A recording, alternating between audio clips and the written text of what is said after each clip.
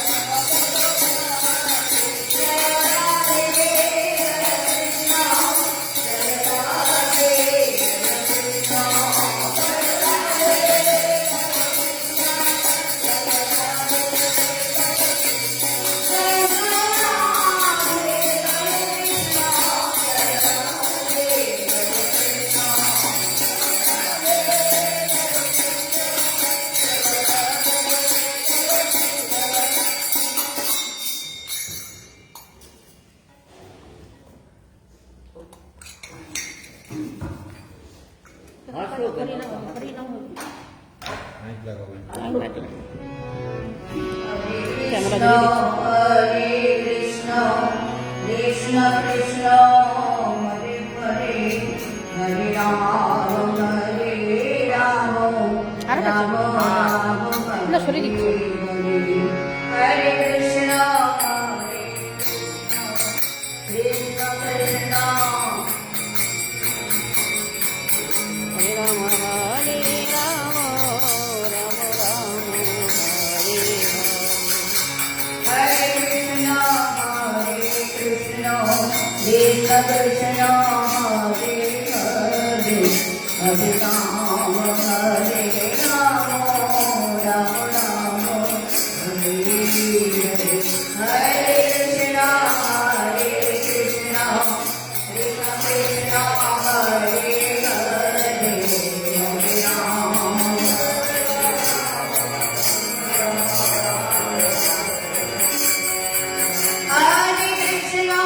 हरे कृष्ण कृष्ण कृष्ण हरे हरे हरे राम राम राम हरे हरे हरे कृष्ण हरे कृष्ण कृष्ण कृष्ण हरे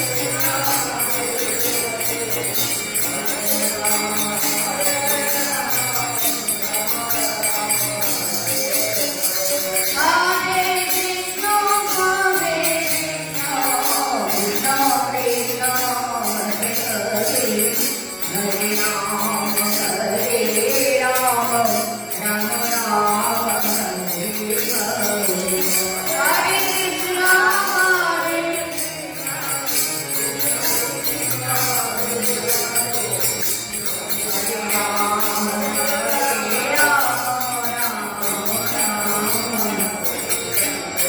हरे कृष्ण हरे कृष्ण कृष्ण कृष्ण हरे हरे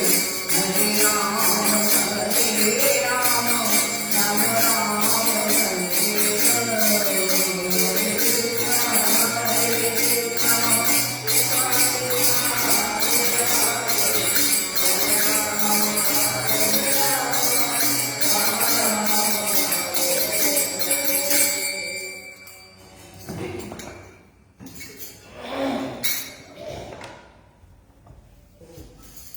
আস্তে আস্তে করে যাও, আরো টান্না পড়ে।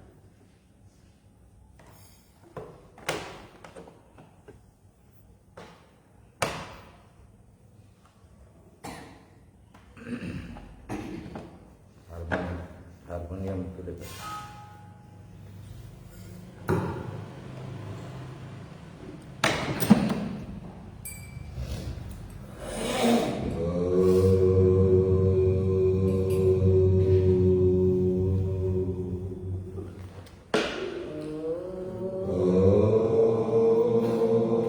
বলছে ডাক্তার।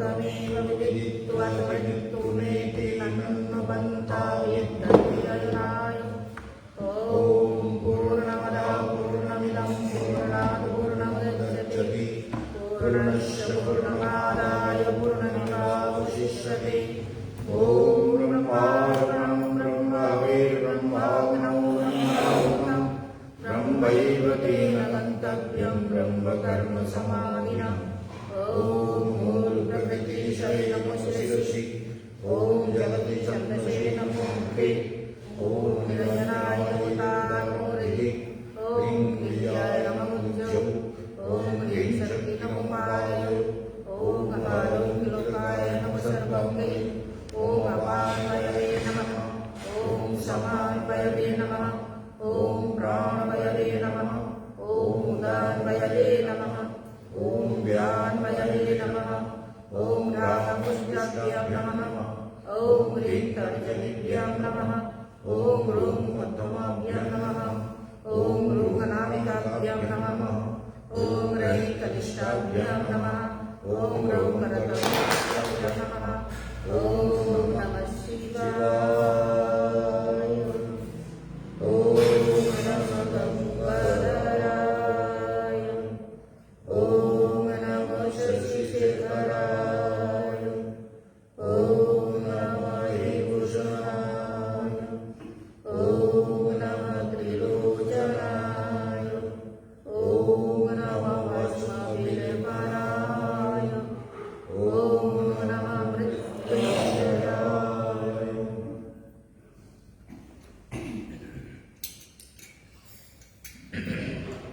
अखण्डमण्डलाकारं व्यक्तं येन चराचरं तत्पदं दर्शितं येन तस्मै श्रीगुरवे नमः।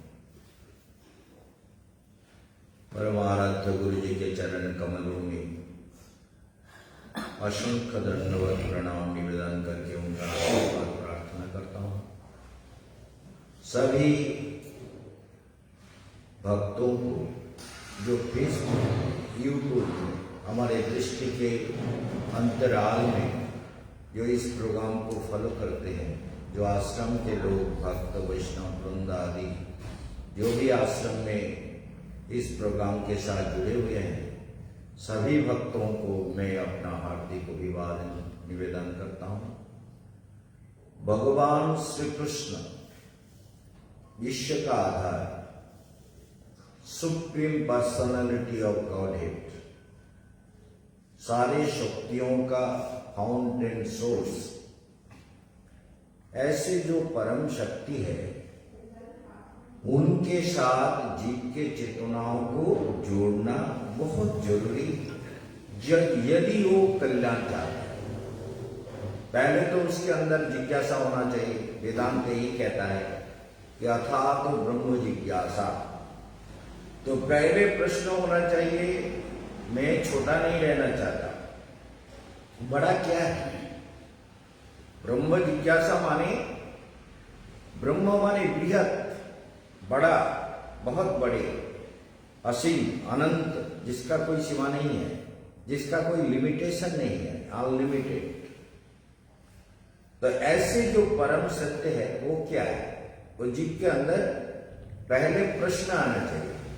जो जन्म लिया, कुछ पढ़ा, कुछ सीखा, कुछ कमाया, कुछ खाया, शादी किया, संसार किया और धीरे धीरे बूढ़ा हो गया और मर गया, सारा सब कुछ बेकार हो गया।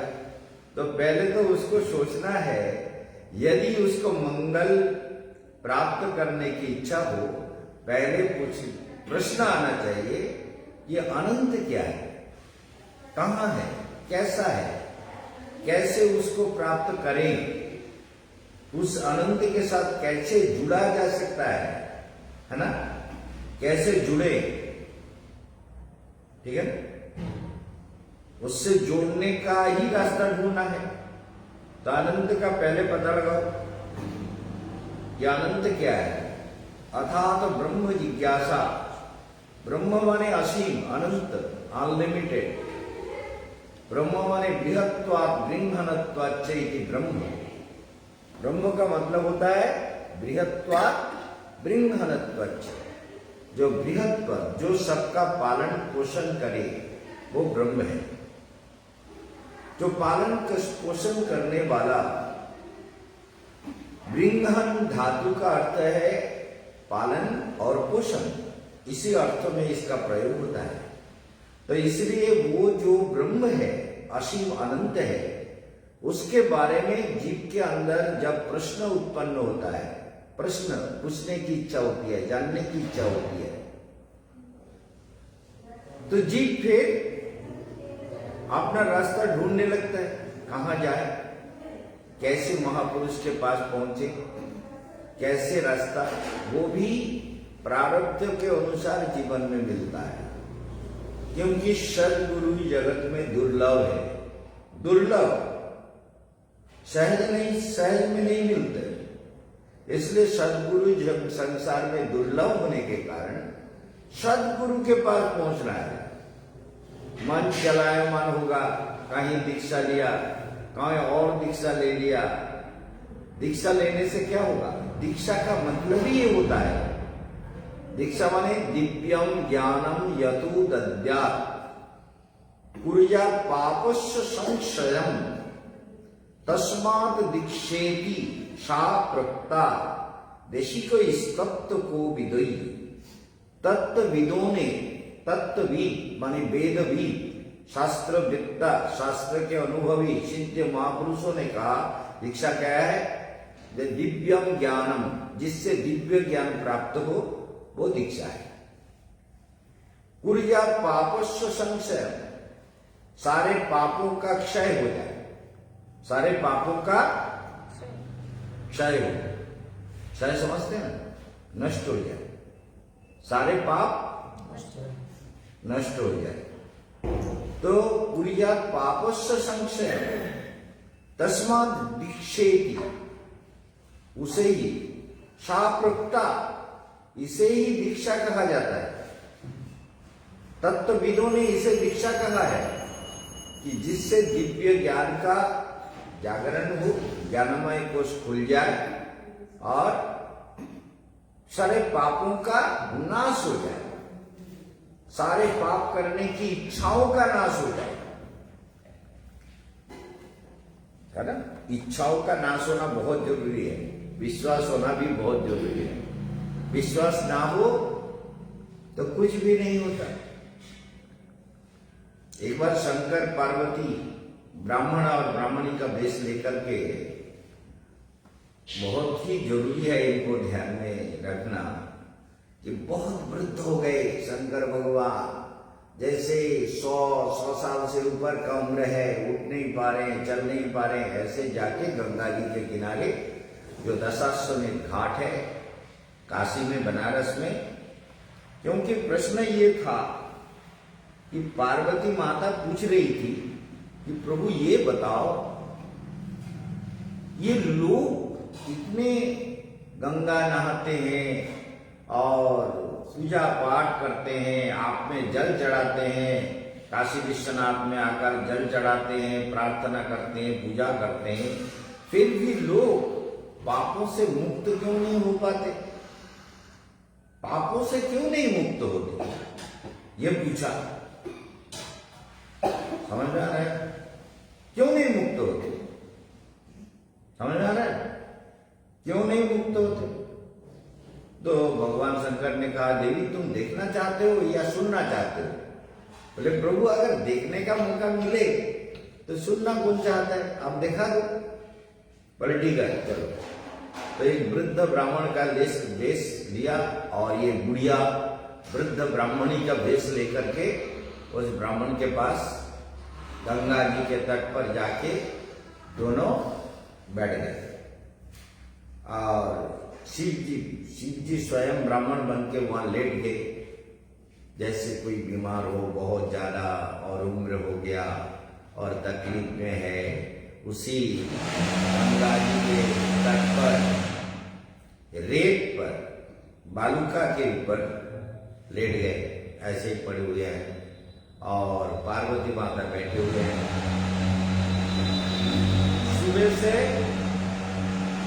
लोग आ रहे नहाने के लिए, हजारों लोग आते हैं। दशाश्वमेध घाट, मणिकर्णिका घाट, ये सारे घाट, वहां 84 घाट है काशी में, बनारस में 84 घाट हैं और उसमें से ये विशेष घाट है मणिकर्णिका, दशाश्वमेध आदि का घाट है।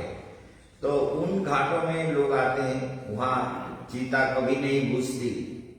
और ये बनारस में विश्वनाथ जी को, भगवान विश्वनाथ को दर्शन करने के लिए हर रोज प्रतिदिन 100 तक योगी वहां भगवान विश्वनाथ का दर्शन के लिए आते हैं रोज। तो भगवान विश्वनाथ का दर्शन करने के लिए 100 तक योगी इस समय, देखिए ये सब जानना बहुत जरूरी है, ज्ञान होना जरूरी है। ज्ञान के बिना कुछ नहीं होने वाला। ज्ञान ही ध्यान है, ध्यान ही ज्ञान है। ज्ञान और ध्यान जिसके अंदर जितना सुंदर रूप से होने लगेगा वो उतना ही भगवान के नजदीक पहुंच जाएगा। तो ज्ञान से ही ध्यान होता है, ध्यान से ज्ञान बढ़ता है, एक दूसरे का परिपूरक है, एक दूसरे से अलग नहीं हो सकता। तो शिव जी जो बैठे हुए हैं, लेटे हुए हैं और लोग जा रहे हैं और पार्वती माता कह रहे भैया हमारे पतिदेव बहुत वृद्ध हैं, बीमार है, आ तो गए थे गंगा जी में नहाने के लिए, लेकिन उसके बाद ये चल नहीं पा रहे हैं, तुम लोग हमको थोड़ा सा मदद कर दो, पति को थोड़ा सा वृक्ष के नीचे लेके पहुंचा दो, वहां बैठेंगे। तो लोग कहते हैं हाँ कर देते। बोले देखो भैया एक बात तो ये है कि जो जिसके अंदर पाप हो ऐसा आदमी छुएगा नहीं, छूने से अभी मर जाओ, यहाँ ही मर जाओ, यहाँ गंगा जी के तट पर। मेरे पति बहुत बड़े तपस्वी है, ज्ञानी है, महापुरुष है, सिद्ध महात्मा है, महायोगी है। इसलिए जो पापी जिसके अंदर पाप हो वो अगर इनको छुएगा तो अभी मरोगे, एकदम मेरे सामने मरोगे, यहां ही मर जाओगे, फिर कोई छूने नहीं जा रहा।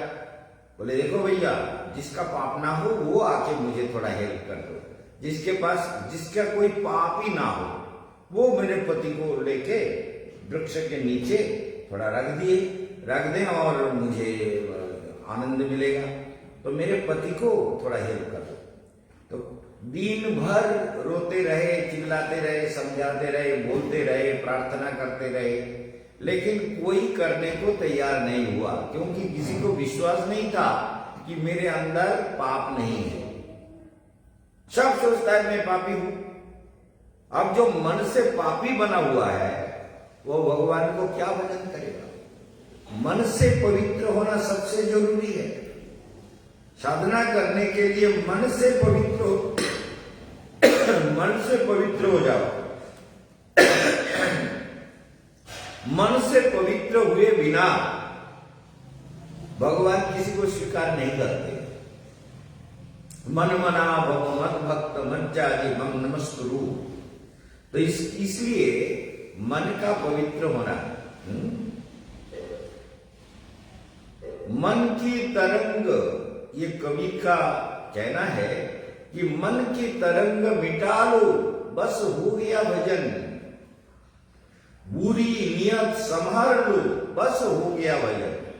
दो शब्द में सारा दर्शन बोल दिए उन्होंने कि मन की तरंग, मन में जो तरंग उठता है, तरंग एक के बाद एक तरंग, एक के बाद एक इच्छा, नाना इच्छाएं होती रहती है, नाना कल्पनाएं, संकल्प विकल्प आदि होता रहता है। मन उसी में फंसा रहता है, दिन रात कुछ ना कुछ संकल्प करता है, कुछ विकल्प करता है। संकल्प और विकल्प में फंसा हुआ मन संसार में फंस जाता है, और यही इसका दुख का कारण है। इसी दुख के कारण ही संसार के लोग इतने सारे परेशानी झेल रहे हैं। सोच लीजिए, सारे दुखों का जड़ तो यही मन है। जो दुख को जय कर लिया, मन को जय कर लिया, मन ही मनुष्यारम कारणम बंध मोक्ष, मन ही बंधन और मोक्ष का कारण बना हुआ है।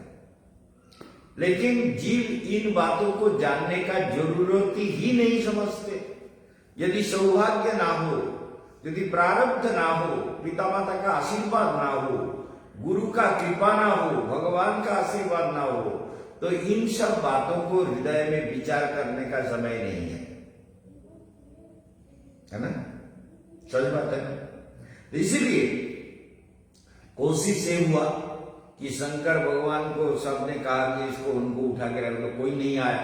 फिर शाम हो गया, एक जवान आदमी, एक जवान लड़का, वो आके गंगा जी में स्नान किया। करने के बाद बोले, बेटा दिन भर किसी ने हेल्प नहीं किया, मेरे पति को किसी ने उठा के ऊपर नहीं, पेट के नीचे पहुंचाया, तो जिसका कोई पाप ना हो वही उठा सकता है। कोई आदमी, हजारों लोग आए, कोई निष्पाप नहीं निकला। बोले ये माई, मैं तो पाप नहीं किया, मैं पवित्र हूं, बोलो माई क्या सेवा करना है? बोले बेटा मेरे पति को ऊपर पहुंचा दो, इतना ही है। बोले भाई अभी कर देता हूं, देखो तो। और उन्होंने गोद में उठा लिया और बुढ़िया पीछे पीछे चलने लगी, ले जाके पेड़ के नीचे। बोले माता बोलो कहां पहुंचाना है, क्या सेवा करना है, और क्या सेवा करूं? बोले नहीं बेटा यहां ही रख दो। तो यहां पेड़ के नीचे रख दिया। बोले बेटा एक बात बताओ, क्या तुमने पाप नहीं किया है? तुमने कोई पाप नहीं किया, तुम्हारे अंदर कोई पाप नहीं है? बोले भैया हो सकता है, वैसे तो मैं अनजाने में बहुत कुछ हो सकता है, लेकिन जानकारी में तो कोई पाप नहीं किया। अनजाने में पाप कुछ हो गया हो तो हुआ होगा, लेकिन अभी नहीं है। बोले अभी का मतलब? बोले अभी तो मैंने गंगा जी में नहाया ना, स्नान किया, मन पवित्र है और तन भी पवित्र है। गंगा जी में स्नान करके आया, तो मेरे अंदर कोई पाप नहीं, अभी तो मैं पूरा पवित्र हूं, इसीलिए तो तुम्हारे पति को उठा के लाया, मेरा कुछ नहीं हुआ। तो भी भगवान शंकर प्रकट होकर उसको आशीर्वाद दिया, बेटा तेरा कल्याण हो जा।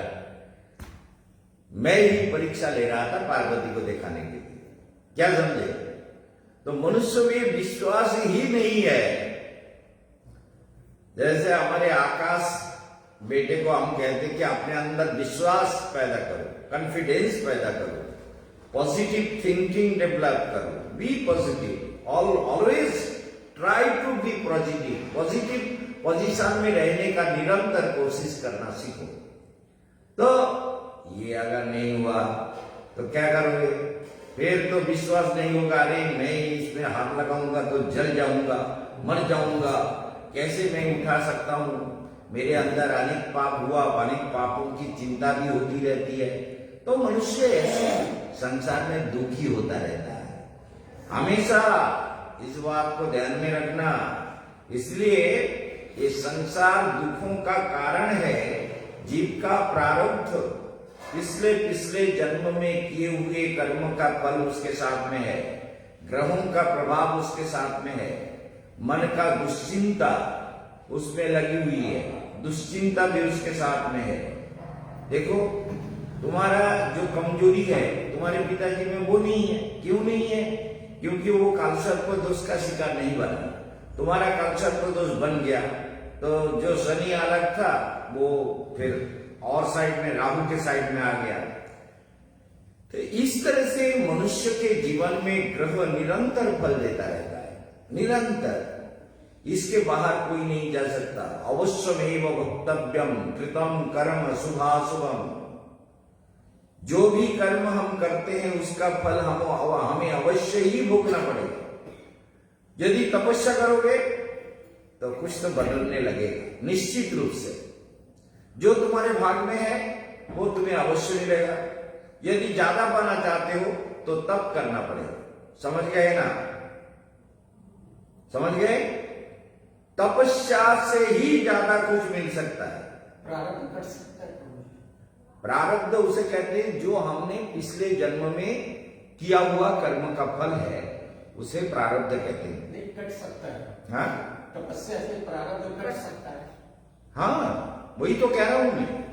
प्रारब्ध का जो फल है वो तो हमको मिलता रहता है, वो तो मिलेगा, हर हालत में मिलेगा। चाहे हम भजन करें, चाहे ना करें, चाहे कुछ भी करें। लेकिन जब हम मेडिटेशन करते हैं, अपना मेंटल पावर को बढ़ाते हैं, सेल्फ कॉन्फिडेंस को बढ़ाते हैं, अपने मेडिटेशन पावर को बढ़ाते हैं, तो धीरे धीरे हमारा जो मन है वो दुखों को सहज रूप में लेने लगता है। मेरी बात को समझिए, सहज रूप में लेने लगता है। अरे दुख हुआ, क्या हुआ? किसी ने कुछ कह दिया तो क्या हो गया? कुछ किसी ने कुछ हमारा नुकसान किया तो क्या हो गया? वो नुकसान को हम किसी न किसी तरीके से भरपाई कर ही लेंगे। और उसके अंदर प्रकृति का सहयोग आने लगता है। प्रकृति उसको, ये गीता का दिव्य ज्ञान सुन रहे हो, गीता में भगवान ने ही कहा कि प्रकृति को मैं इतना पावर दे चुका हूं कि प्रकृति अपने अनुसार सबको चलाती है। समझ गए ना? प्रकृति जो है, ये जो नेचुरल पावर है, ये सबको चलाती है। उसमें भगवान ने एक शक्ति दे रखी है। वो शक्ति काम करती है और जीव को संचालित करती है। इसको जीवन में देखना बहुत जरूरी है, वो अलग से नहीं हो सकता। इसलिए शक्ति तो काम करती है और वो सबको संचालित भी करती है। भगवान कुछ नहीं करते। अभी हम ये पीछे जो पार्क है ना, उस पार्क में कई लड़के आ गए, तो कई लड़कों में थोड़ा तर्क हो रहा था। कोई कह रहा था अभी तो लॉकडाउन लगेगा, कोई कह रहा था नहीं लगेगा, कोई कहता लगना नहीं चाहिए, कोई कहता लगना चाहिए। बिरो कई लड़के आ गए। तो मैं वहां कई बार सुना, चक्कर लगाते पैदल टहल रहा था, तो मैं पहुंच गया। जाके लड़कों से पूछा, ए भाई तुम तो भविष्य का ये हमारा भारतवर्ष का भविष्य के लिए तो तुम लोग के ही सब कुछ हो, नौजवान हो, भविष्य में तुम्हें कुछ करना है, नेता भी बनना है, कुछ भी करना है, बिजनेस करना है, कुछ भी काम करना। तो पूछा, बोले हम तुमसे कुछ सीखना चाहते हैं। ये लड़के लोग सब हमको पहचानते हैं, लेकिन कहते भारत जी क्या सीखना चाहते? बोलिए क्या सीखना चाहते हैं? अरे हम तुमसे एक बात सीखना चाहते हैं कि तुम्हारे दिल में क्या है। लॉकडाउन होना चाहिए, नहीं होना चाहिए? लॉकडाउन लग जाए ना लगे, लगने से क्या फायदा होगा, क्या नुकसान होगा, क्या तुमने विचार किया? 3 लड़कों ने कहा कि महाराज जी आपको क्या बताए, देखिए ना ये जो कुछ है सरकार ही कर सकता है। तो सर वो जो लड़का जवाब दे रहा था उसका एक यूट्यूब चैनल भी है और कई लड़के दोस्त उसके साथ में है, वो थोड़ा गिटार भी बजा के गाना भी गाता है, थोड़ा दाढ़ी भी है। तो मैंने कहा कई लड़कों ने जवाब दिया, सबसे पूछा मैंने, कोई कहता है लॉकडाउन नहीं लगना चाहिए, ज्यादातर तो कहा अरे फिर देखो ये तुम्हारा विचार कैसे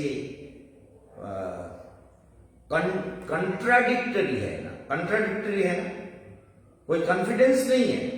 जो भी विचार वो कह रहा है उसमें कॉन्ट्राडिक्शन है, डाउटफुल थिंकिंग है, उसमें कोई कॉन्फिडेंस नहीं है। तो इस डाउटफुल थिंकिंग से तुमको क्या मिलेगा? तो तुम एक निश्चय करो। और बोले वो तो सब कुछ जो कुछ करेगा भगवान करेगा। बोला भगवान कुछ नहीं करता मूर्ख। बोले मनुष्य के हाथ में आधा है और भगवान के हाथ में आधा है। अरे मनुष्य के हाथ में आधा है, तुम्हारे हाथ में आधा कितना है? कितने तुम्हारे भाग में कितना है, उसमें आधा तुम्हारे हाथ में कैसा है? किसने कहा तुमको? तुमने कहीं पढ़ा है, सुना है? खाली लिखाई पढ़ाई करने से सब कुछ ज्ञान हो जाता है? भगवान के पास आधा है पावर और हमारे पास आधा है। कैसा मूर्ख है? हक ऐसा मत बोलो, तुम्हारे पास कुछ नहीं है, जो कुछ है प्रकृति संचालित करती है। यही गीता बार बार कहती है कि भगवान कुछ नहीं करते, कुछ भी नहीं, केवल भगवान की शक्ति में, शक्ति भगवान ने दे रखी है प्रकृति में, उस शक्ति के अनुसार सब कुछ संचालित होती रहती है। भगवान ये नहीं कहते तुम पाप करो, या ये नहीं कहते तुम पुण्य करो, या मेरा भजन करो, जो तुमको अच्छा लगता है वो करो, फल तुम्ही को भोगना है। अच्छा करोगे, सुंदर बनोगे तो सुंदर दुनिया में पहुंचोगे। अमृत का चिंतन करो तो अमृतमय मेरे घर में पहुंच जाओगे, मेरे धाम में पहुंच जाएगा।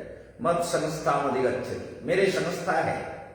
भगवान कहते मेरा एक संस्था है, वो संस्था अनंत है, असीम है, भूमा है, वहां पहुंच जाओगे जहां जन्म नहीं, मृत्यु नहीं, दुख नहीं, सुख नहीं, सारे दुखों से परे अमृत चेतना में पहुंच जाओगे। तो इसलिए ये सारे कॉन्ट्राडिक्टरी जो हमारी भावनाएं हैं, जो कंट्राडिक्शन है, ये हम लोगों को हमेशा डिस्टर्ब करता रहता है और हम किसी भी डिसीजन को नहीं ले पाते। जैसे कुछ लोग अपने अपने विचार को दूसरे पर थोपना चाहते, क्योंकि ज्ञान में परफेक्शन नहीं है, विज्ञानमय कोष खुला नहीं है। विज्ञानमय कोष खुल जाना चाहिए। तपस्या के द्वारा जितना ध्यान करोगे, तुम्हारे अंदर जो विज्ञानमय कोष है, एक कोष, जैसे शरीर की एक कोष है, ये शरीर अन्नमय कोष है, अन्नमय कोष ये शरीर बना हुआ है। ये जो तुम्हारा फ्लेश बॉडी है ये अन्नमय कोष है, और जो माइंड है, जो मन प्राण है, जो हम श्वास लेते हैं ब्रीदिंग से, ये प्राणमय कोष है, और एक मनोमय कोष है, और उसके बाद विज्ञानमय कोष है। तो विज्ञान, वो जो ज्ञान है, तपस्या लब्ध ज्ञान का जो बंद पड़ा हुआ है, उसे धीरे धीरे धीरे धीरे खुलना होगा। जो ये प्रैक्टिस नहीं करेगा, वो कितना भी कुछ कर ले, भगवान कुछ नहीं करते। भगवान कहते तुम्हारे अंदर तो सारा सिस्टम दे रखा। समझ गए ना मेरी बात को? क्यों राकेश जी? तुम्हारे अंदर सब कुछ दे रखा है, अब करना ना करना तुम्हारे ऊपर डिपेंड करता है। मैं नहीं देता तो मैं कारण बनता कि प्रभु आपने हमारे अंदर कुछ नहीं दिया, हमको ज्ञान नहीं दिया, हमारे अंदर ज्ञान कैसे प्राप्त हो? भगवान ने तो सब कुछ दिया। संसार में गंगा, यमुना, सरस्वती, गोदावरी, नर्मदा, पुष्कर आदि अनंत तीर्थ बहती है ना? तो ये सब तीर्थ हैं, और काशी, बनारस, वृंदावन, और ये भारत भूमि एक महातीर्थ है। भारतवर्ष में कहीं भी जन्म लिया है वो भाग्यशाली है। तो इसलिए ये जो भारत भूमि है ये पुण्य तीर्थ, भारत पुण्य तीर्थ है। तो ऐसे तीर्थ भूमि में हम लोगों ने जन्म लिया तो हमारा जीवन ही धन्य है, हम लोग धन्य हैं, कृतार्थ है। तो यदि भगवान ने हमारे अंदर सब कुछ दे दिया, विज्ञानमय कोष, आनंदमय कोष सब दे दिया, शरीर ये फ्लेश बॉडी दे दिया, इसमें सारे मंदिर, केशवानंद महाराज आपको ध्यान में कहते हैं ये मूलाधार से लेकर सहस्रार तक सब ये मनुष्य का जो शरीर है ये दिव्य मंदिर है। सारे मंदिर में भगवान, दुनिया में ऐसा कीमती मंदिर, ऐसा सुंदर मंदिर, चाहे सोने से बनाओ या हीरा से बनाओ या कुछ भी कीमती चीजों से बनाओ, ये शरीर से सुंदर मंदिर तो और कोई नहीं है। ये शरीर भगवान का सबसे सुंदर मंदिर है। इस मंदिर के द्वारा, इस मंदिर में जो पूजा करेगा, मानसिक रूप में पूजा करेगा, वो धन्य धन्य हो जाएगा। मंदिर में पूजा करते हैं, मन लगता है, कभी नहीं लगता है, कभी इधर उधर भटकता है। जो अंदर को पूजा करता है वो तो मन लगा के ही पूजा करना पड़ेगा। सुना है ना, तुलसीदास जी के पास एक सेठ जी गए, बोले देखो तुलसीदास जी आप हमको दीक्षा दीजिए और मैं भगवान का भजन करना चाहता हूँ, स्पिरिचुअलिटी का लाइफ जीना चाहता हूँ, आप मुझे दीक्षा दे दो। बोले ठीक है, क्या करना चाहते हो?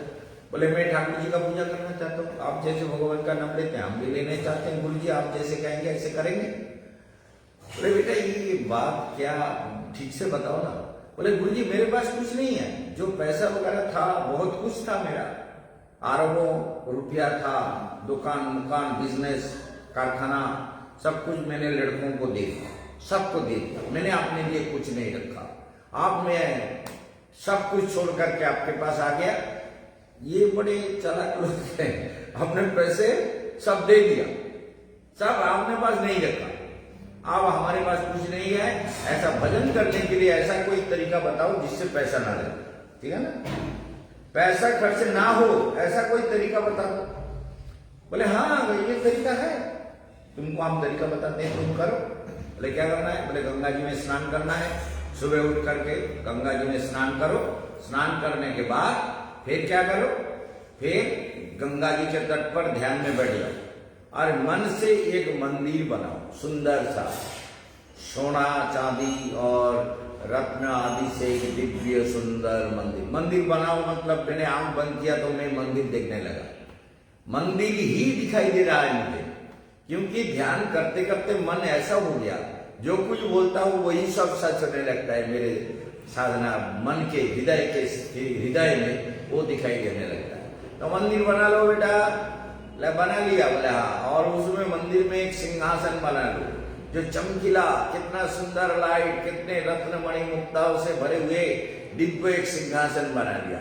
फिर उसमें गोपाल जी को बैठा दो, गोपाल जी को सारे सुंदर रत्नों से खचित सुंदर वस्त्र आदि पहनाओ, सजाओ।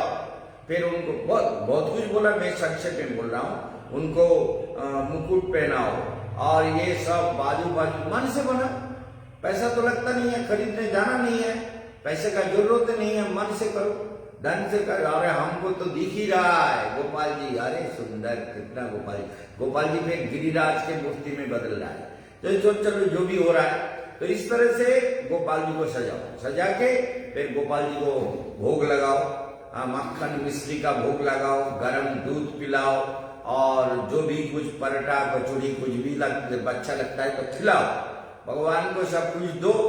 देने के बाद फिर तुम वहाँ क्या प्रणाम करो, करके गुरु मंत्र का जप करो, ठाकुर जी को कहो ठाकुर जी तुम खाओ, गोपाल जी को गोपाल जी भोजन कर रहे हैं ऐसा अनुभव करो और गोपाल जी को देखते रहो। गोपाल जी ध्यान में हृदय में देखो कि मंदिर से गोपाल जी सिक्का से चाहकर सारा भोजन जो आपने तुमने निवेदन किया, उनको समर्पण किया, वो सब खाने।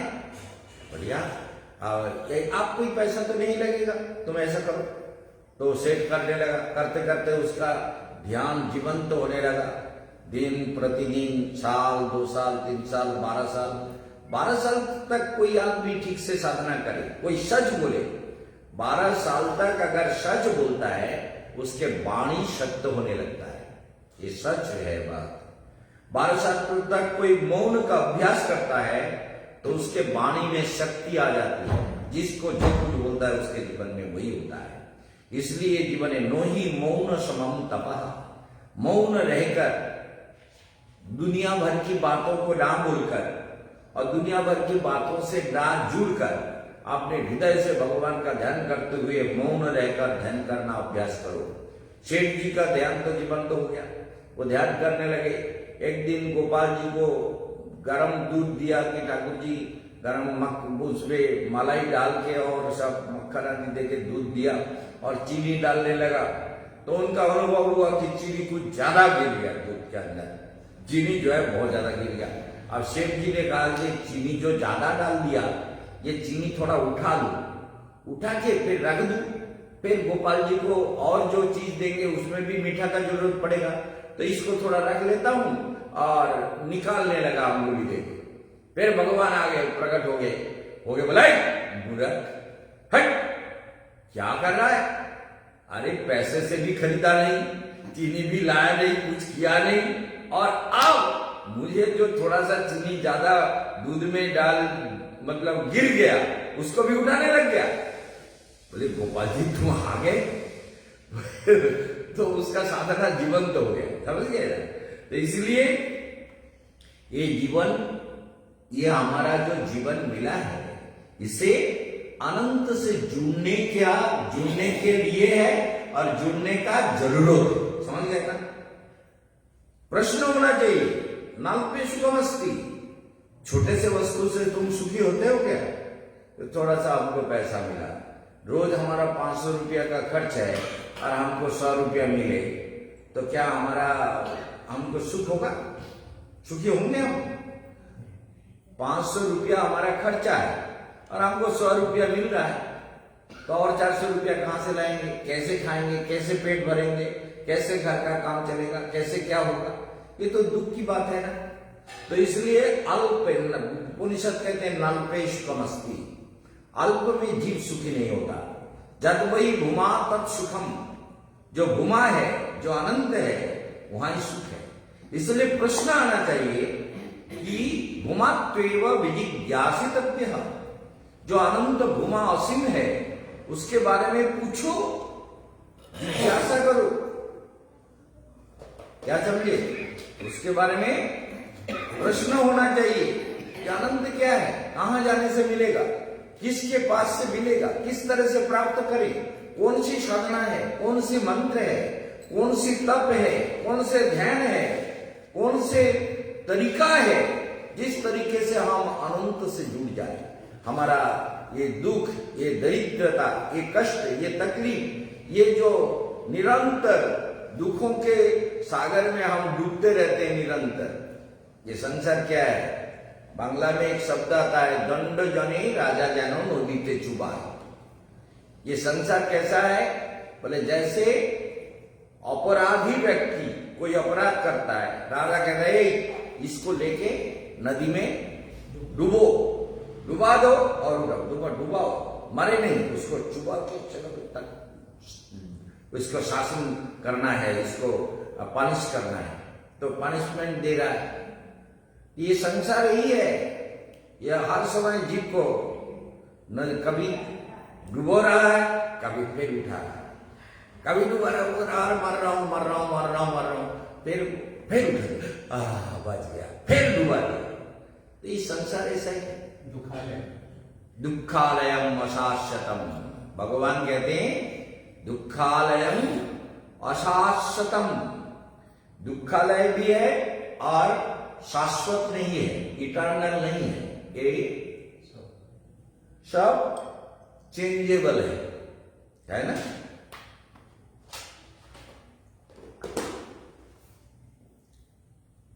दुखालयम अशाश्वतम, ये दुखों का आलय है।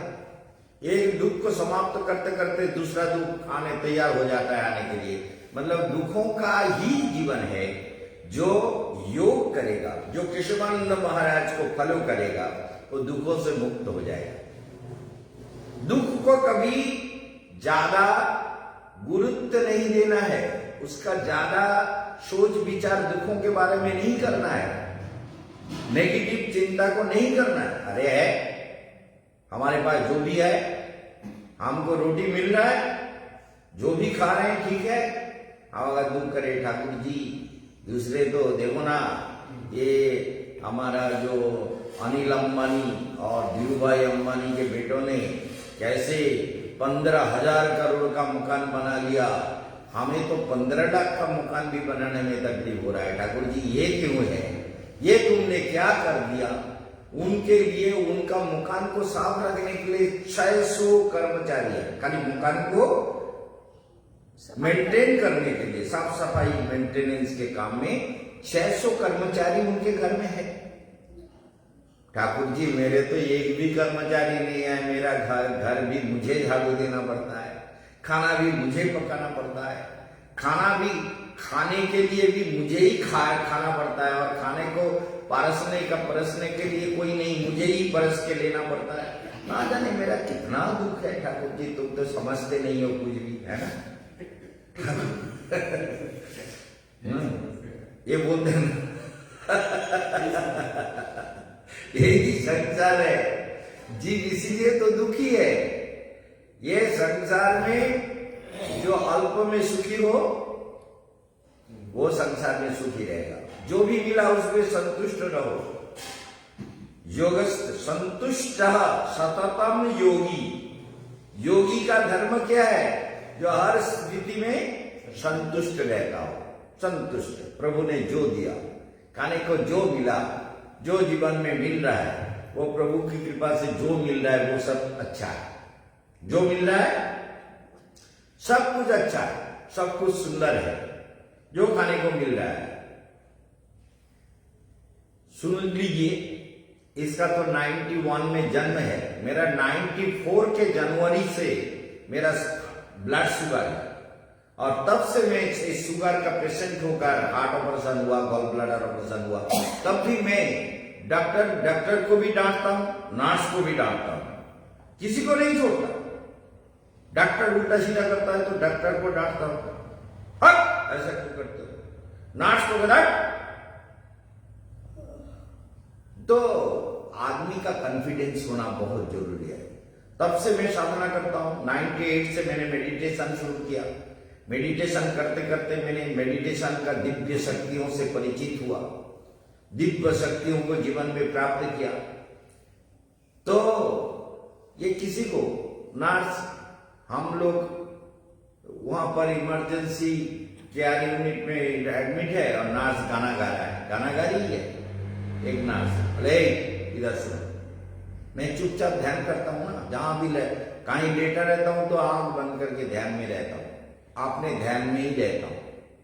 नर्स तो बोला इधर सुनो, तो आ गया हूं, ये महाराज तो कुछ बोलते नहीं, आप बोल रहा है, इधर सुनो, तेरे मालिक को बोला।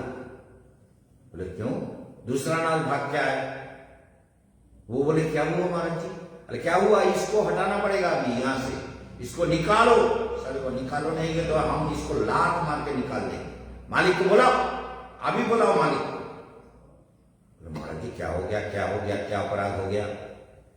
अरे ये प्यार का गाना सुना रहा है, यहाँ पेशेंट लोग है और प्यार की गाना गा रही है, हम उससे प्यार की गाना सुनना चाहते हैं?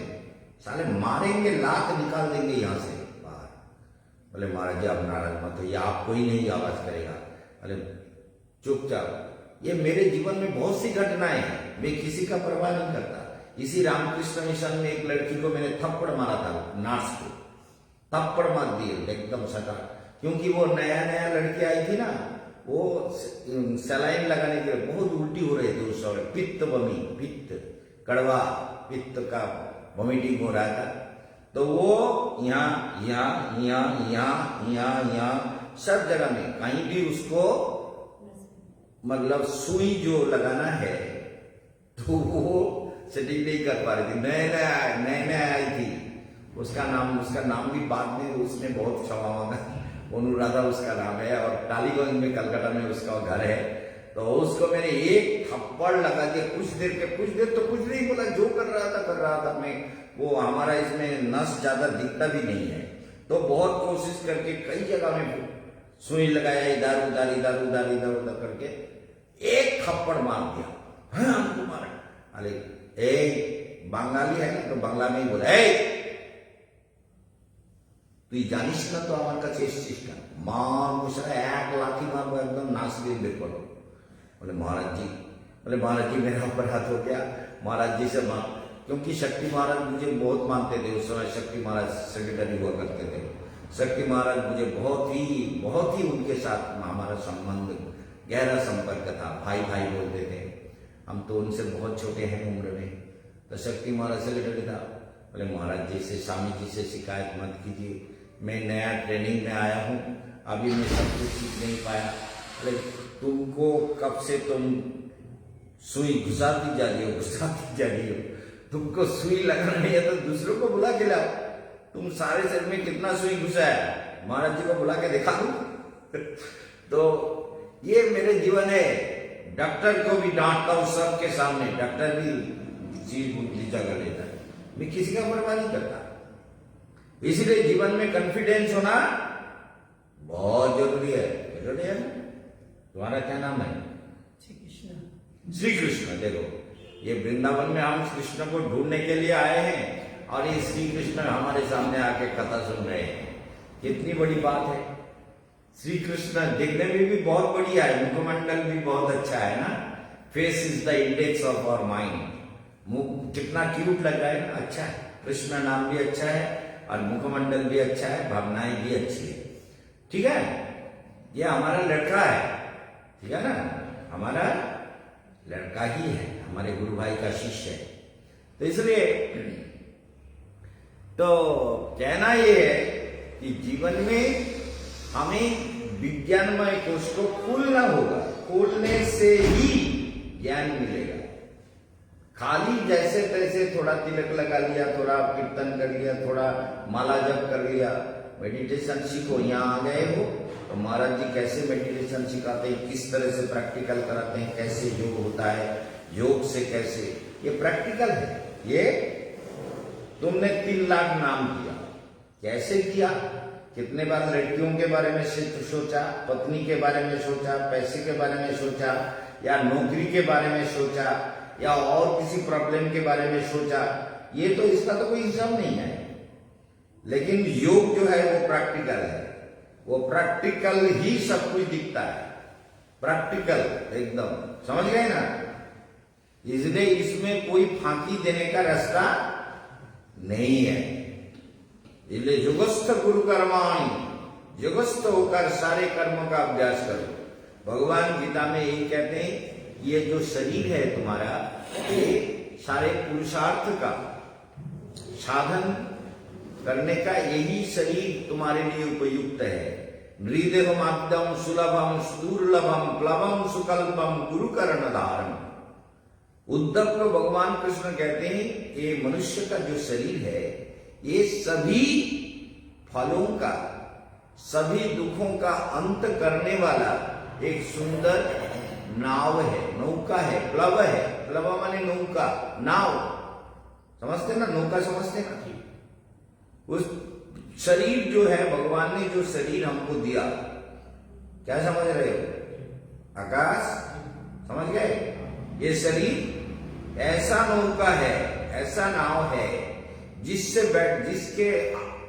जिसके आधार पर जिसमें चढ़कर जिसमें रहकर साधना करके हम संसार समुद्र से मुक्त हो सकते हैं सारे दुखों से मुक्त हो सकते हैं सारे समस्याओं से मुक्त हो सकते हैं सारे उद्वेगों से मुक्त हो सकते हैं सारे नेगेटिव थिंकिंग से मुक्त हो सकते हैं इसलिए योगस्थ गुरु कर्माणि योगस्थ होकर सारे जो भी काम करना हो योग में स्थित होकर करो योग में स्थित होकर करो योगस्थ गुरु कर्माणि संगम तत्व धनंजय सिद्धा सिद्ध समम दुख समत्तम योग उच्चते योग किसे कहते हैं जो समता है समभावना है किसी में कोई भेद नहीं है प्रकृति में भगवान में शक्ति दे रखी है प्रकृति दुनिया को संचालित करती है प्रकृति क्रियमाणानि गुणैः कर्मणि सर्वसा अहंकार विमूढ़ात्मा कर्ता हम इति मन्यते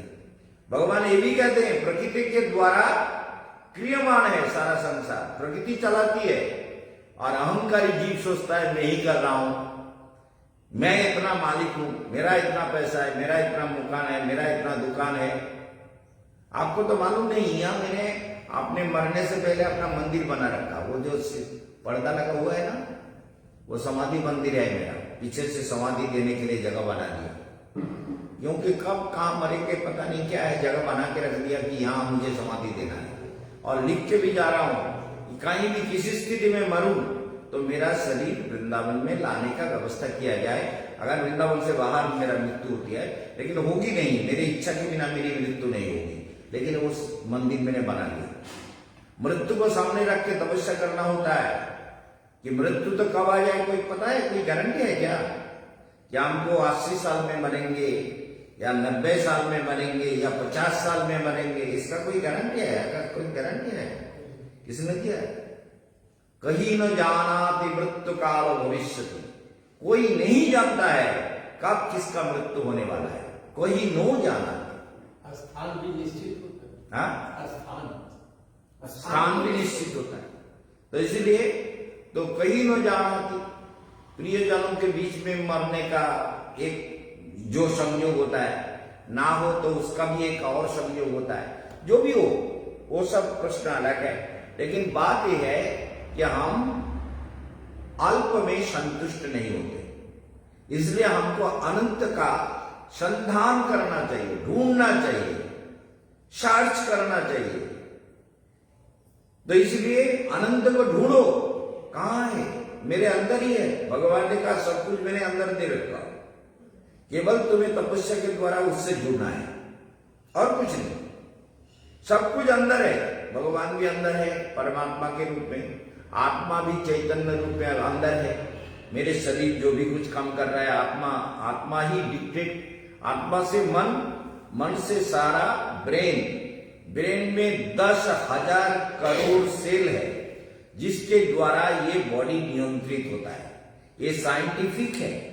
10,000 करोड़ सेल ब्रेन के अंदर है, जो एकदम वैज्ञानिक सत्य है, और वही डिक्टेट करता है। जैसे अंगुली को मैंने ऐसा किया तो ये ब्रेन से डिक्टेशन, ब्रेन जो है डिक्टेट कर रहा है, निर्देश दे रहा है कि ऐसे करो, ऐसे करके मैंने देखा है।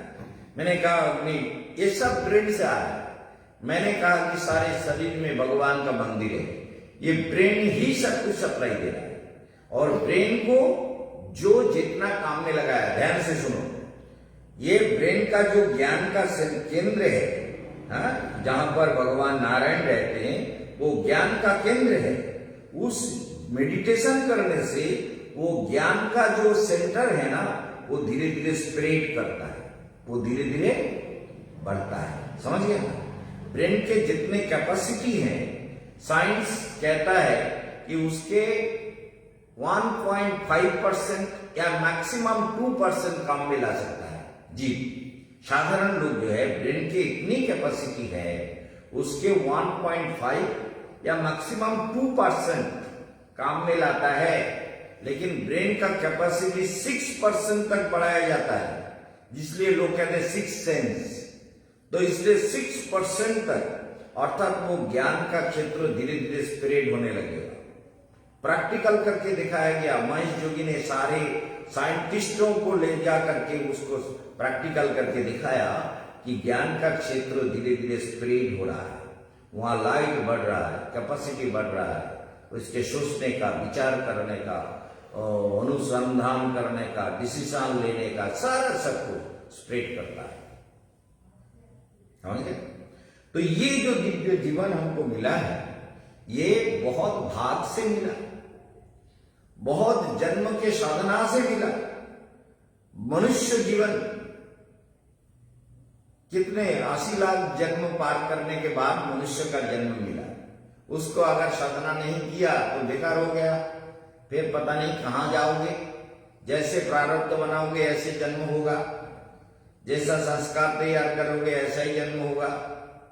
भाव के अनुसार लाभ होने लगेगा, जैसा बीज बोओगे ऐसा फसल काटना होगा। ये निश्चित है, ये सुनिश्चित है, तुम कुछ नहीं कर सकते। उसके विरुद्ध तुम्हारा एक ही उपाय है, तुम साधना करो, ध्यान करो, मेडिटेशन करो, यही तुम कर सकते हो। इसका अधिकार तुमको दिया गया, इसका निर्देश भी दिया गया और इसके लिए गुरु भी भगवान ने भेज दिया कि गुरु के अनुसार चलो। भगवान दो प्रकार से जीव को गाइड करते हैं, बाहर गुरु के रूप में और अंदर अंतर्जामी गुरु के रूप में, जो इंटरनल गाइड होता है। भगवान अंदर से गाइड करते हैं कि भैया तुम चलना चाहते हो, मेरे पास आना चाहते हो, ठीक है, इस रास्ते में चलो।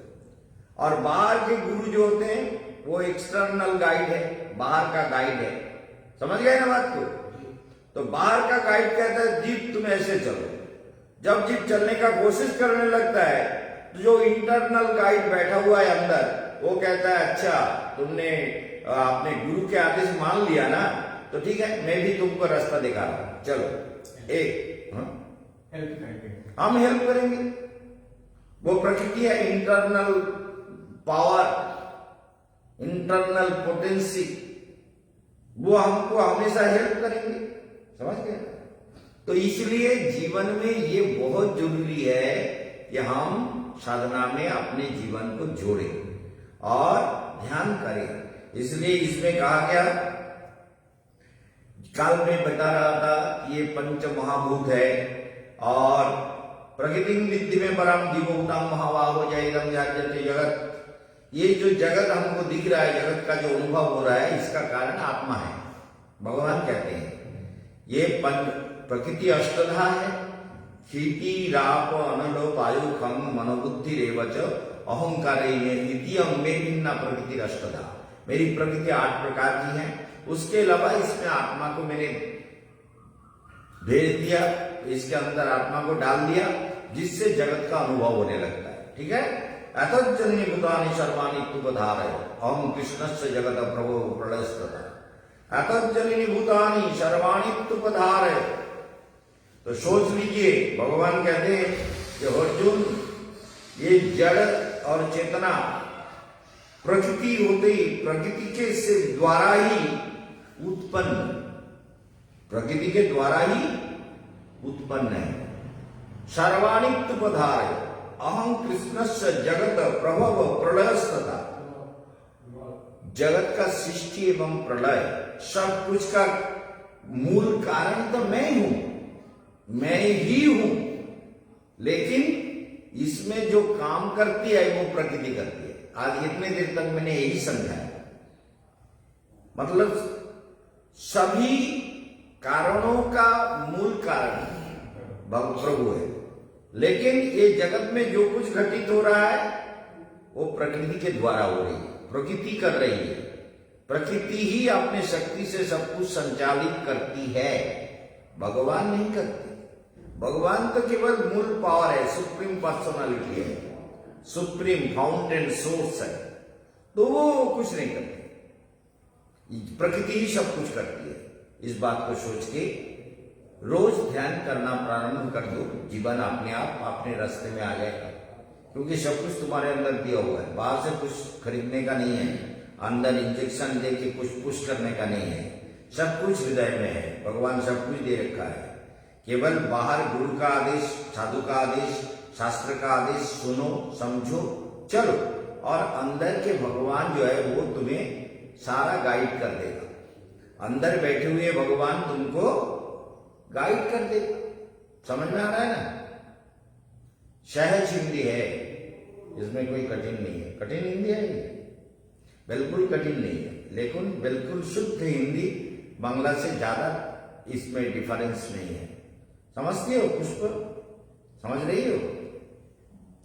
ठीक, तो ठीक है, आज हम प्राणायाम शुरू करते हैं। फिर सुबह 7 बजे, शाम को 7 बजे ये प्राणायाम का अभ्यास करने के लिए बहुत जरूरी है। आप हमको अभ्यास करना है प्राणायाम। रहने दो, रहने दो, बात करो।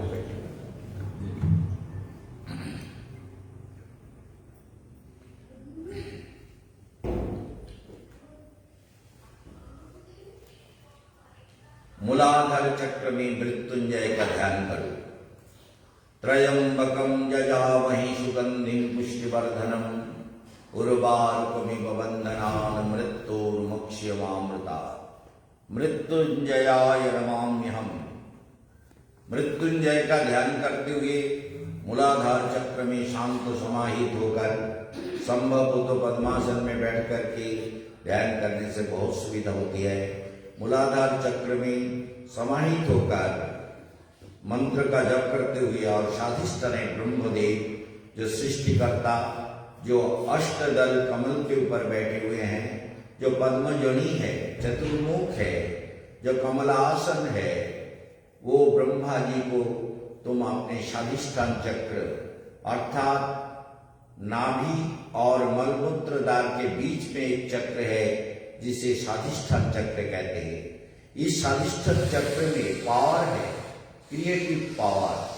सारा पावर यहाँ से तैयार होती है, क्योंकि ब्रह्मा जी में जो क्रिएटिव पावर है वो पावर मनुष्य में आ जाता है यदि वो स्वाधिष्ठान चक्र में ब्रह्मा जी का स्वयं ध्यान करे।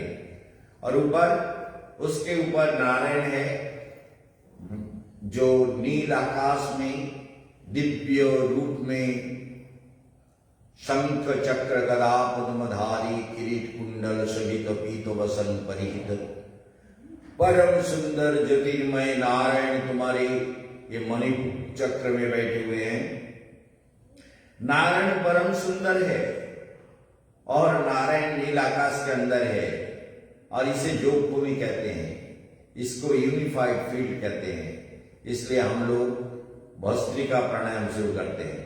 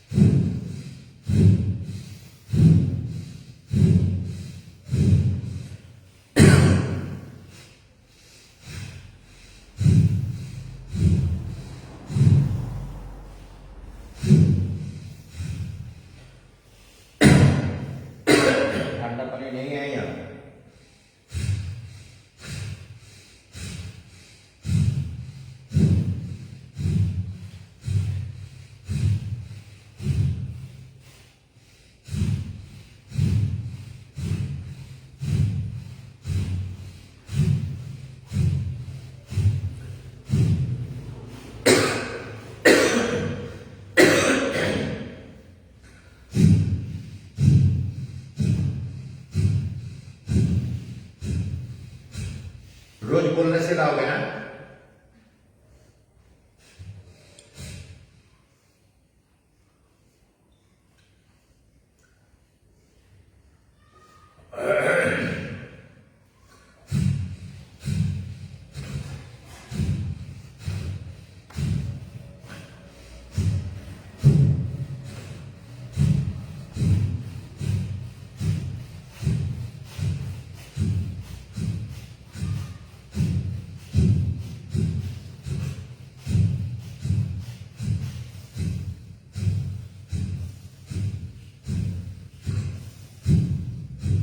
तीसरा, अंदर शांति का अनुभव करो। दिव्य ज्योति, दिव्य शांति, दिव्य प्रसन्नता, निर्मल प्रकाश के अंदर भगवान नारायण तुम्हारे अंदर विराजमान है, जिनको अनुभव करना है। दिव्य आलोक के अंदर अपने मन को ले चलो।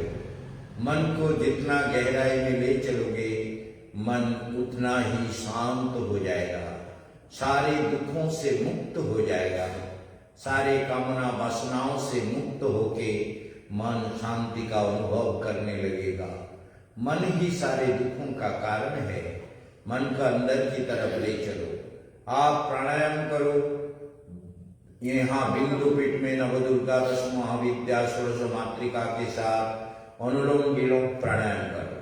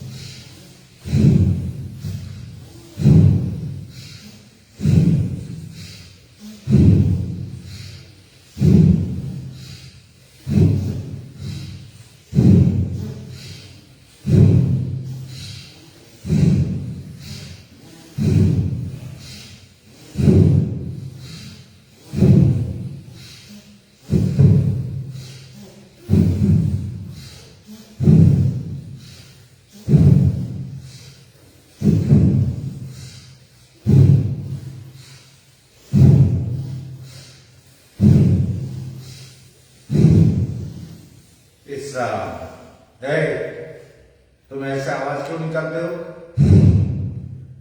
आप ऐसे क्यों करते हो?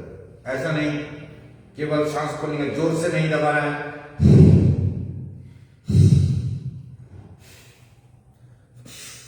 तुम्हारा हो रहा है, ऐसा क्यों हो रहा है?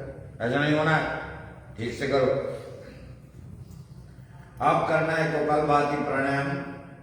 भगवान अनाहत चक्र में लक्ष्मी नारायण बैठे हुए हैं। अंदर शांति का अनुभव करो, ध्यान मग्न रहो, आंखों को मत खोलो।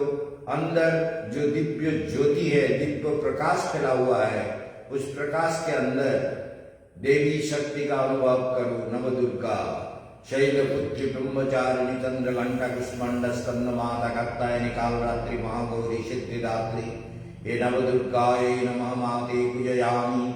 ओम मातंगी कमला बगलामुखी त्रिपुरेश्वरी तारा भुवनेश्वरी दक्षिणाकाली छिन्नमस्ता धूमावती षोडशी महाभैरवी दश महाविद्या प्रसन्नं भव सुख समृद्धिवर्धनं कुरु। षोडश मातृका पूजयामि नमस्करामि भक्ति अर्घं समर्पयामि। माते प्रसन्नं भव चित्तमन प्रसन्नं कुरु। अनाहत चक्र लक्ष्मी नारायण पूजयामि नमस्करामि भक्ति अर्घं समर्पयामि। ओम तद विष्णु परमं पदं सदा पश्यन्ति शूरय दिव्यो चक्षुरादम्। ओम ओम तद विप्राश विपन्नवजग्रीवांश समिन्धति विष्णुर्जः परमं पदम्।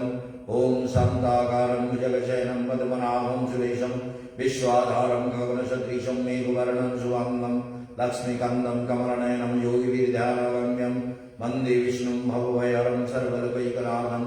ओम लक्ष्मीनारायणाय नमः।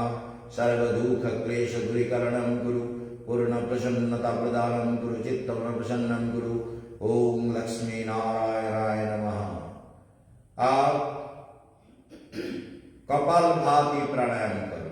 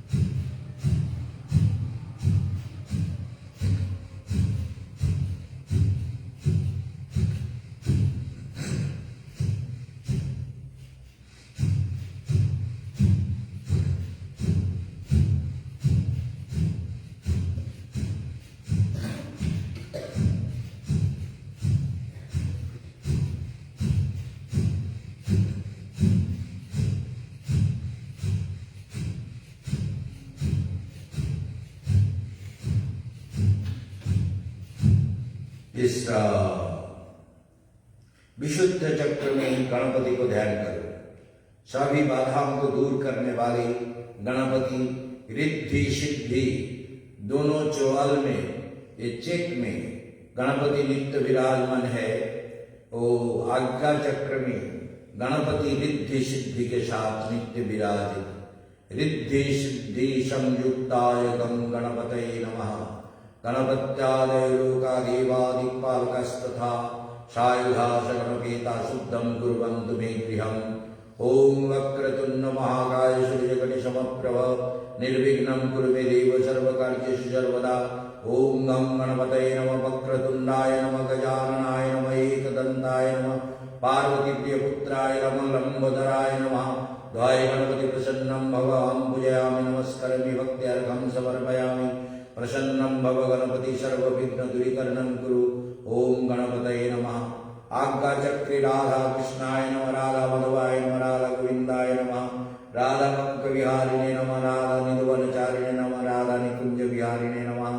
ओम स्मरे वृंदावने रम्ये गोपुरविमानरथं गोविन्दं पुण्डरीकाक्षं गोपकन्यासहस्रशः आत्मनवदनं भजोप्रीताक्षि वधूव्रता प्रभवानन चिरमनस्सुखा मुक्तारोपिणतुङ्गस्तनवरानतपिलिवयन्ति विविधै विभ्रमे भावगर्भितै पुनर्लेन्दीवरकन्ति बिन्दुवदनं वरावतं सप्रियं श्रीवत्साङ्गमुदारकस्तुवधरं पीताम्बरं सुन्दरं गोपीनां नयनोत्पलर्चितगोपशङ्गावृतं कविन्दं करवेणुवादनपरं दिव्याङ्गभूषणं भजे वराविराविरामं मृगमदृगं कुण्डलाक्रान्तकण्डं पञ्चाक्षं कम्बुकण्ठं स्मितशोकमुखं स्वादरणस्तवेणुं श्यामं शान्तं त्रिभङ्गं रविकरवशनभूषितं वैजयन्ता वन्दे वृन्दावनस्थं युवतिशतप्रीतं ब्रह्मगोपालवेशं राधे वृन्दावनाधीश करुणामृतवाहिनी कृपया तव पादपद्मं दर्शं मज्जप्रदेवताम्।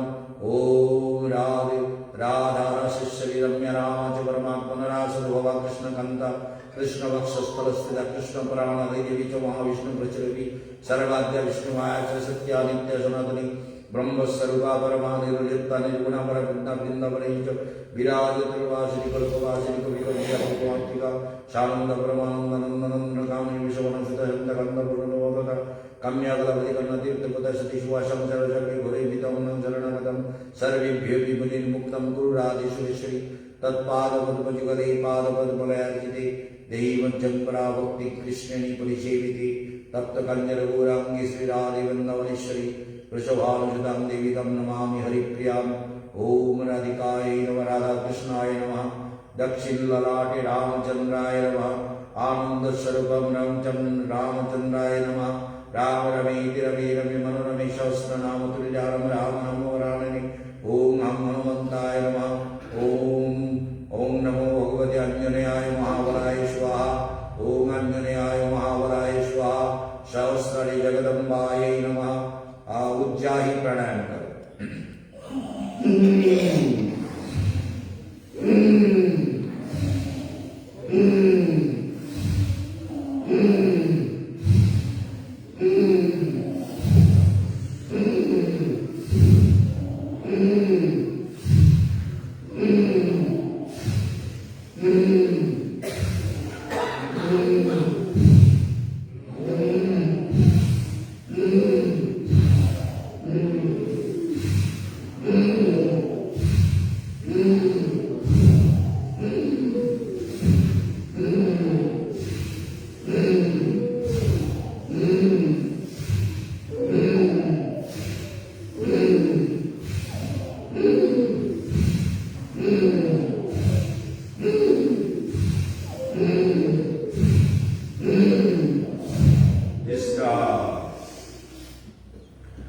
जगदम्बाय नमः। जगन्माताय नमः। दशभुजाय नमः। त्रिनेत्राय नमः। जगज्जननी ब्रह्मतारु सहस्राणि नित्य पूजिता ध्याने नित्य जागृत देवता जागृत देवी प्रसन्नं भव। अहं पूजयामि नमस्करोमि भक्त्यार्घं समर्पयामि। महातीतं प्रसन्नं भव। सुख समृद्धिवर्धनं कुरु। चित्तं प्रसन्नं कुरु। पूर्ण प्रसन्नतां प्रदानं कुरु। सर्वसाफल्य प्रदानं कुरु।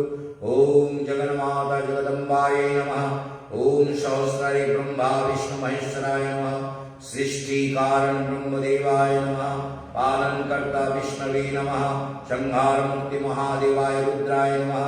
वाम भागे महालक्ष्मी नमः धन संपद प्रदान करी जगत जननीभ्य नमः ओम विद्या संपद प्रदान करी छंद रूपा संगीत रूपा विद्या प्रदायिनी जगत कल्याणी महाशक्ति रूपिणी ओम ऐं ह्रीं अंतरिक्ष सरस्वती स्वाहा ओम सरस्वत्यै नमः महाकाश ओम नवदुर्गाय नमः भूत प्रेत पिशाच यक्ष रक्ष किन्नर गंधर्व डाकिनी शकिनी चौषट्टि योगिनीभ्य नमः देवलोकाय नमः सर्वेभ्यो देवेभ्य नमः सर्वाभ्यो देवीभ्य नमः पितृलोकाय नमः कामधेनवे नमः कल्पवृक्षाय नमः ओम ऋषिलोकाय नमः पुलह पुलस्त क्रतुभृगुंगिरा वशिष्ठाय नमः ओम महर्लोकाय नमः ओम सनत सनातन सनंदन सनत कुमार नमः ब्रह्मलोकाय नमः ब्रह्मदेवाय नमः विश्वदेवाय नमः विश्वप्रकृतिभ्य नमः विश्वप्रकृति प्रसन्नं भव ओम सुख समृद्धि वर्धनं कुरु चित्तं प्रसन्नं कुरु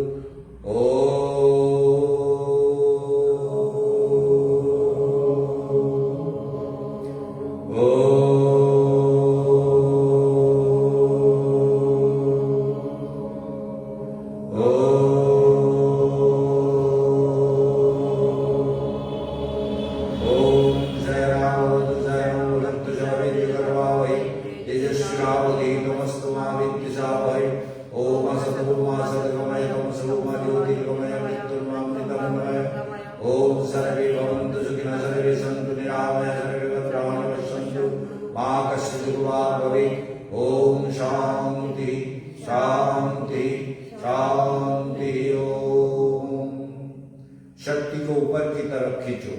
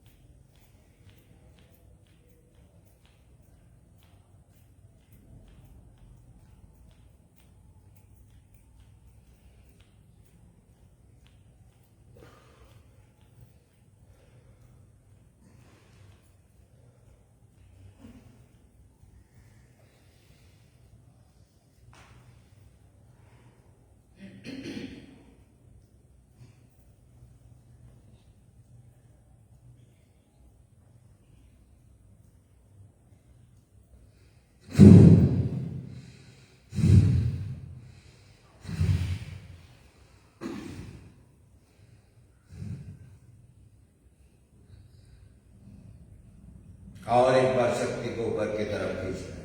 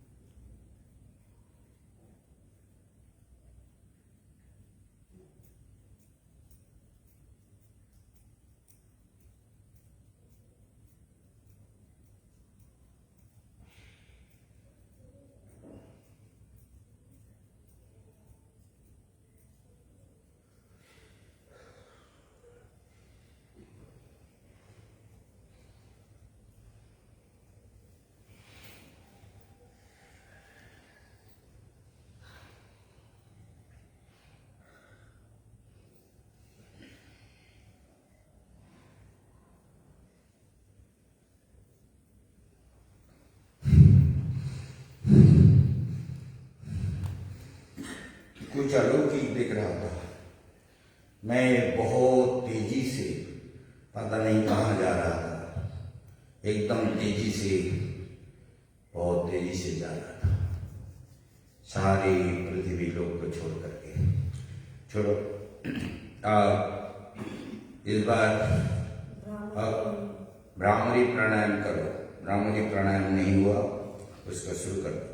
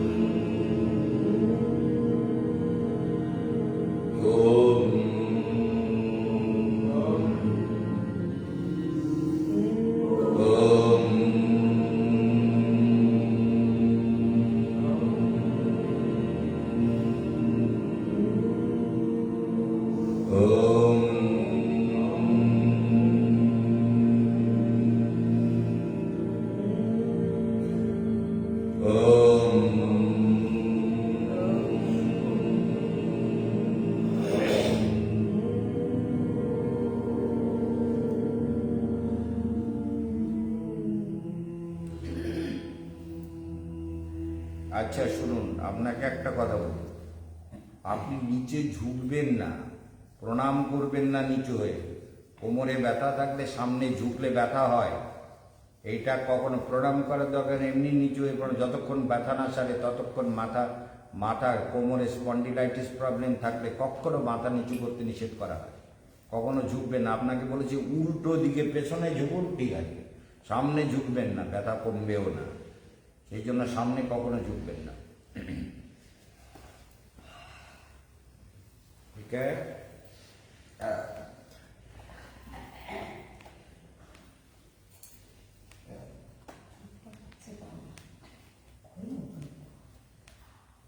দেখছিস আমারটা, শুনতে পাচ্ছিস? হ্যাঁ, আমারটা তো বলছি। এত জোরে ঘুরছে?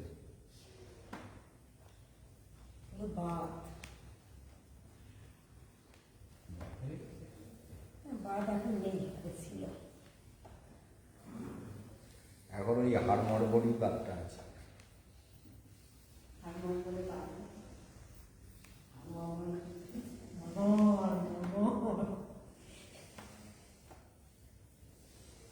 তিনটে ব্লকেজ পাওয়া গেছে। অপারেশনের জন্য বলছে দেবে আর কালকে না, ব্লকেজটা যদি ব্লকেজ মারাত্মক হয় তাহলে অপারেশনের দরকার, তা না হলে অন্য কিছুতে। সেটা দেখো ডাক্তার জাতি। ব্লকেজটা তো কতটা ব্লকেজ, আমার যেমন বিভিন্ন ব্লকেজের মধ্যে 5টা ব্লকেজ, 5টা ব্লকেজের মধ্যে 3টে পুরো ব্লক হয়ে, 3টে যদি পুরো ব্লক হয়ে যায় তাহলে তো দুটো তো 100% ব্লক হয়েছে, আর একটা 98%। এইটা হয়ে গেলেই আর আপনাকে না করতে পারবে।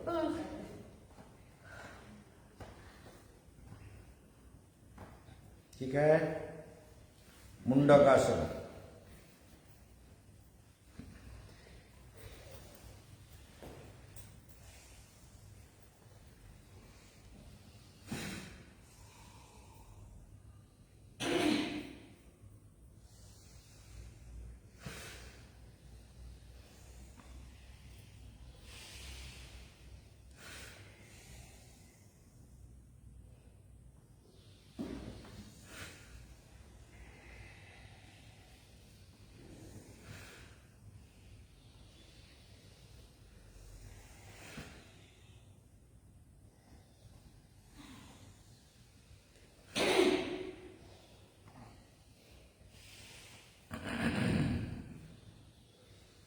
अग्निसार क्रिया।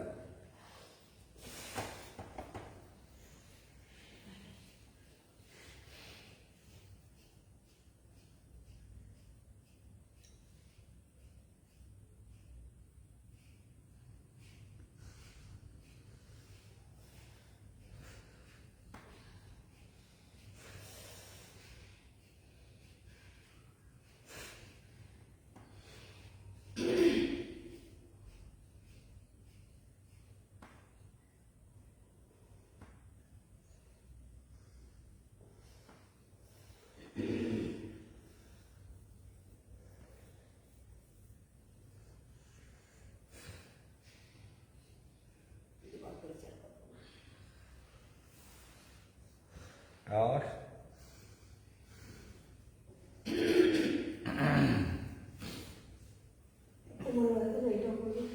भ्रामरी प्राणायाम भी हो गया, व्याघ्रासन हो गया ना।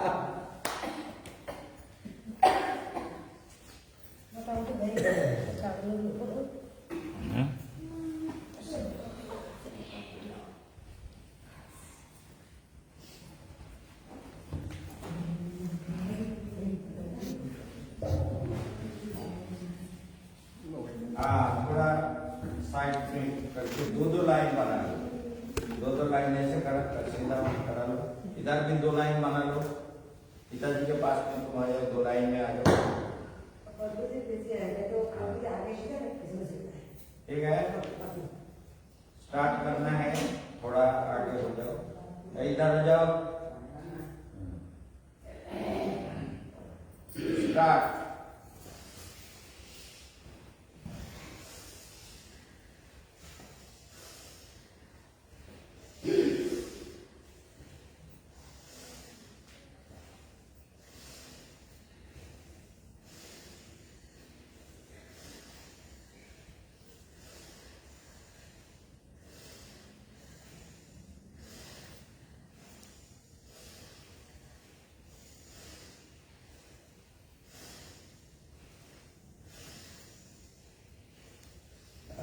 सूर्य प्रणाम मुद्रा,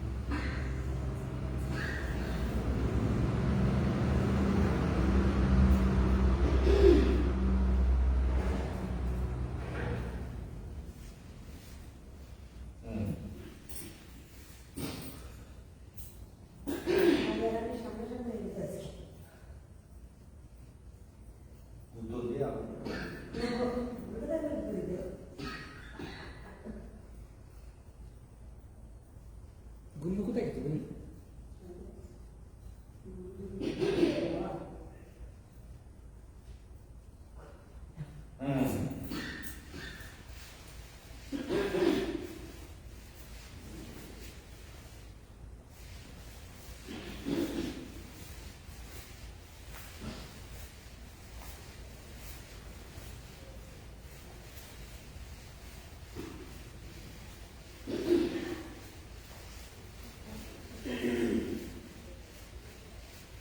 क्लॉकवाइज एंटी क्लॉकवाइज दोनों तरीके से करना है।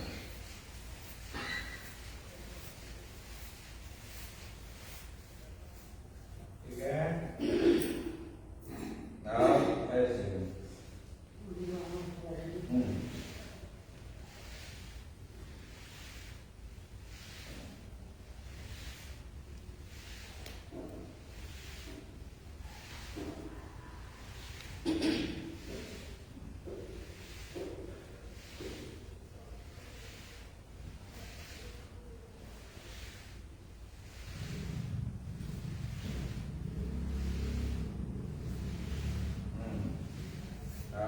करना है।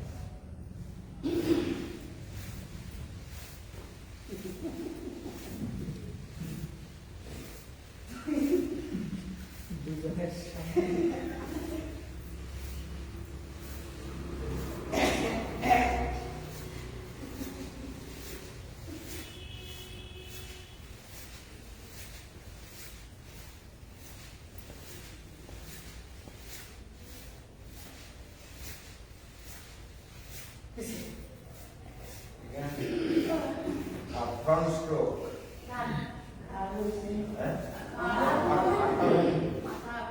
गुड़िया होते फ्रंट स्ट्रोक करके लाभ लीजिए लाभ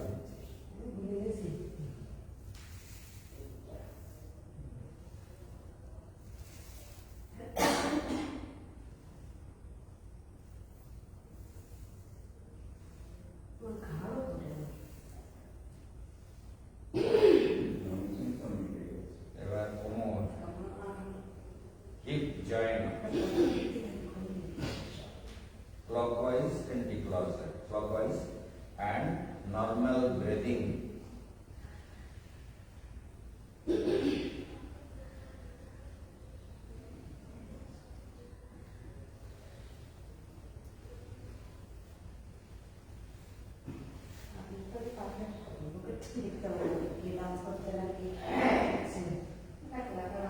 চোখে খুশি খুলি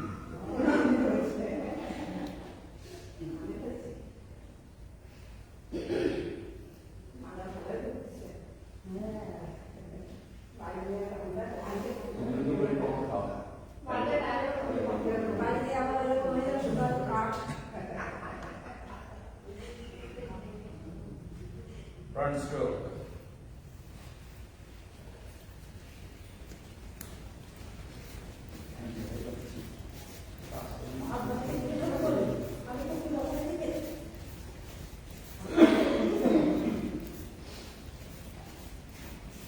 Hey, good sit.